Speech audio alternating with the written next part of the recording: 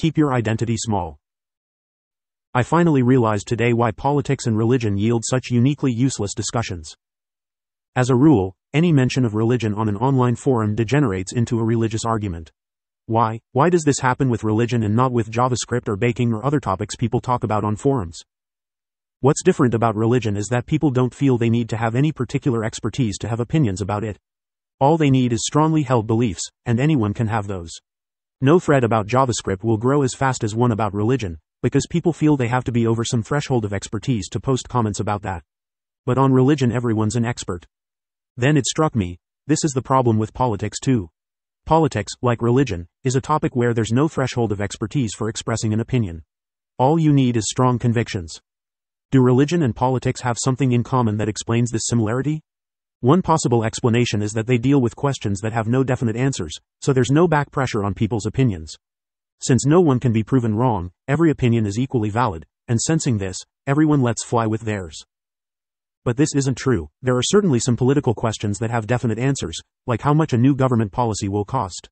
But the more precise political questions suffer the same fate as the vaguer ones.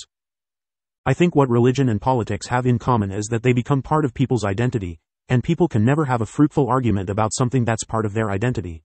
By definition, they're partisan. Which topics engage people's identity depends on the people, not the topic.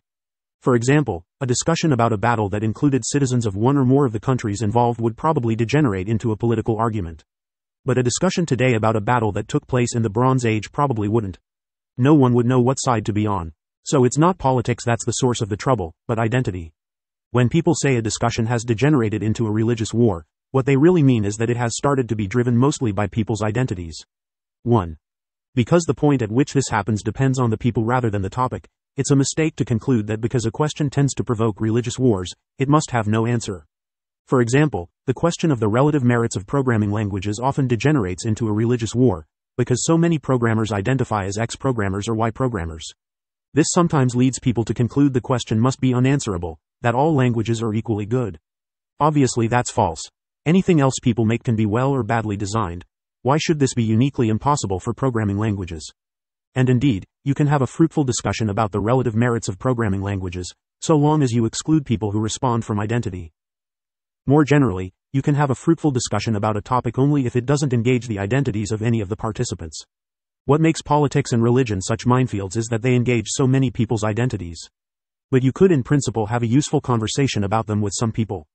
And there are other topics that might seem harmless, like the relative merits of Ford and Chevy pickup trucks, that you couldn't safely talk about with others. The most intriguing thing about this theory, if it's right, is that it explains not merely which kinds of discussions to avoid, but how to have better ideas.